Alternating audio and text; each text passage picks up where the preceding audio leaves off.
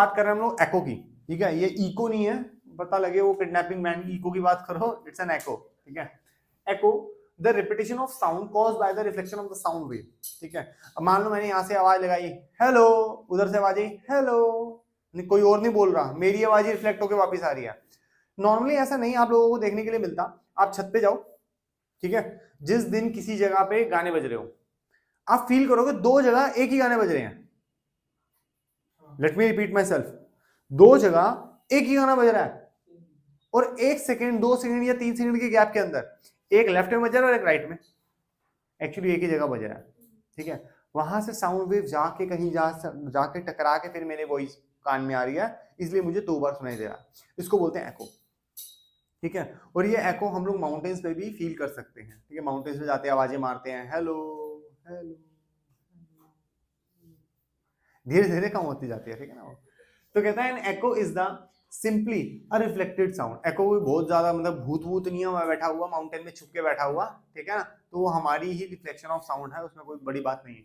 आगे the minimum distance from a sound reflecting surface to hear an echo is 17.2 metre. Minimum distance should be 17.2 metre. Sir आपको कैसे पता लगा? Calculations करके, speed की, sound की स्पीड की, ये सब चीजें कैलकुलेशन करके आके, टेम्परेचर को चेक दिखा के, सारी कैलकुलेशन करने के बाद आंसर आता है 17.2 metre. This is the minimum distance. मतलब यहाँ से अगर मैं बोलूँ तो मेरी फर्स्ट रिफ्लेक्शन जो हो साउंड की वो 17.2 मीटर के बाद हो, अगर पहले होगी तो प्रॉब्लम हो जाएगी, ठीक है। आगे क्या ना, अब एक क्वेश्चन है, एक मैन है, उसने ताली बजाई माउंटेन के पास, और उसने सुना कि 4 सेकंड बाद ताली वापस आई है। सुना उसने कि ताली की आवाज वापस आई, 4 सेकंड गुम हो गई थी क्या, 4 सेकंड बाद आ रही है? नहीं, एक्चुअली जब उसको जाने का टाइम फिर आने का टाइम है ना, तो डिस्टेंस पता नहीं कितना था।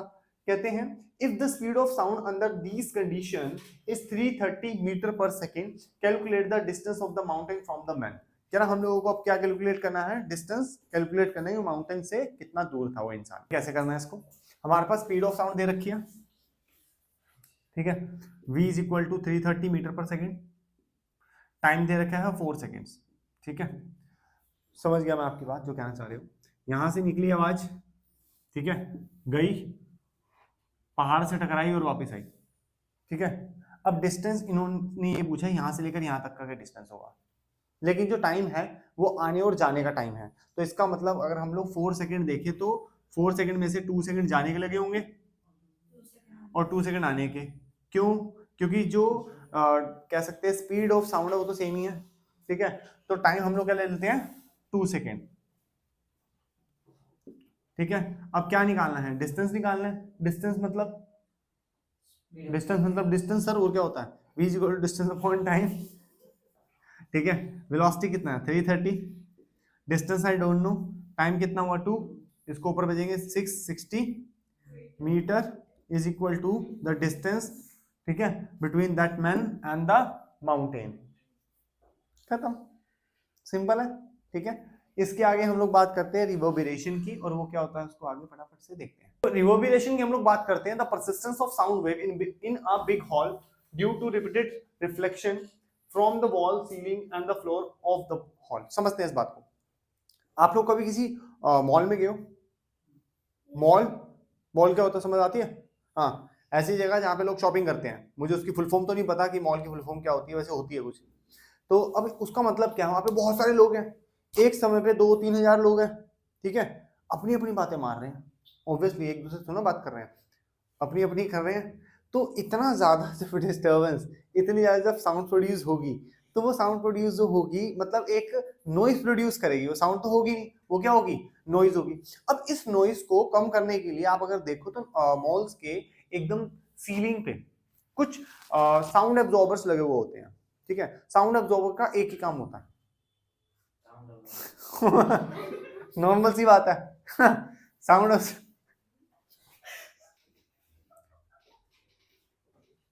तो साउंड एब्जॉर्बिंग जो मटेरियल होता है,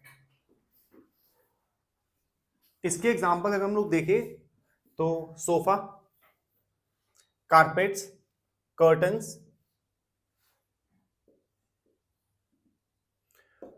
ठीक है। बेड है, अगर एग्जांपल बेस्ट एग्जांपल देखें, मान लो हम लोग मूवी हॉल गए हैं, ठीक है, मूवी हॉल के अंदर आप देखते हो बहुत सारे क्या लगे हुए हैं, स्पीकर्स लगे हुए हैं, ठीक है, और वो स्पीकर्स में से साउंड आ रही है और एक छोटा सा हॉल है, ठीक है, तो उसके अंदर बहुत ज्यादा डिस्टर्बेंस प्रोड्यूस हो सकती है, रिवर्बरेशन प्रोड्यूस हो सकता है, ठीक है, जिसकी वजह से हम लोगों को एक ही आवाज को अजीब सी दूसरी बार, तीसरी बार, चौथी बार आ सकती है, रिफ्लेक्शन ऑफ साउंड वेव्स की वजह से।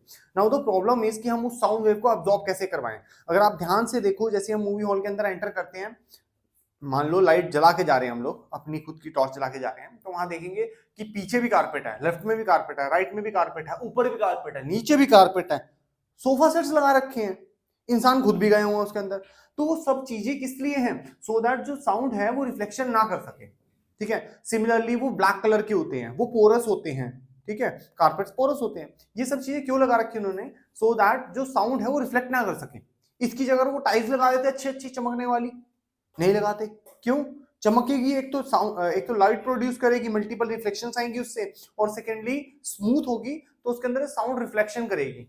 जो साउंड का जो हम लोगों को जो लिसनिंग उसकी रहेगी वो ज्यादा परफेक्ट नहीं रहेगी, जो बहुत ज्यादा अच्छा सा उसका साउंड प्रोड्यूस नहीं होगा, ठीक है, रिवर्बरेशन आएगी, डिस्टर्बेंस आएगी बहुत बीच में।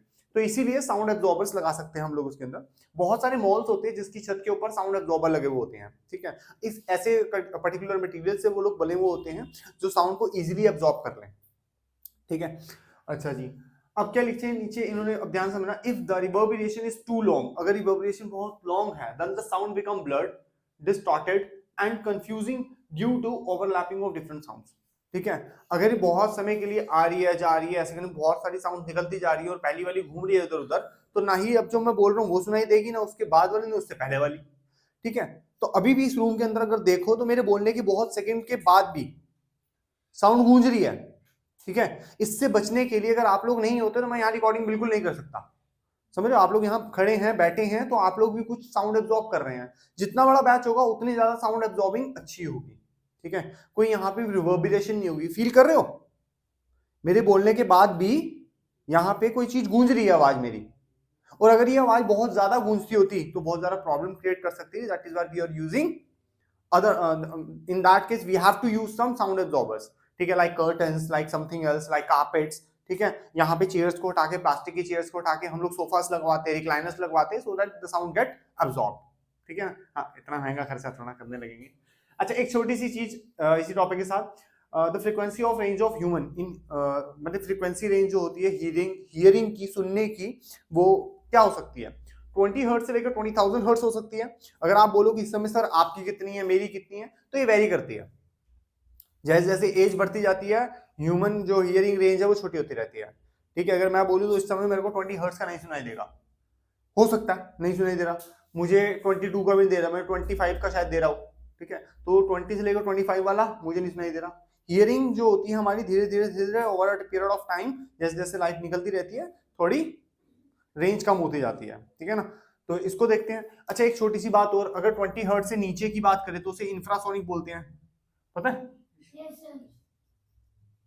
वो 20,000 हर्ट्ज से ऊपर चले तो उसको अल्ट्रा साउंड, इंफ्रासोनिक साउंड्स ये सब होती हैं। सोनिक बूम, सोनिक बताया था, सोनिक बूम, ठीक है, वो नहीं है, ये अलग है थोड़ा, ठीक है।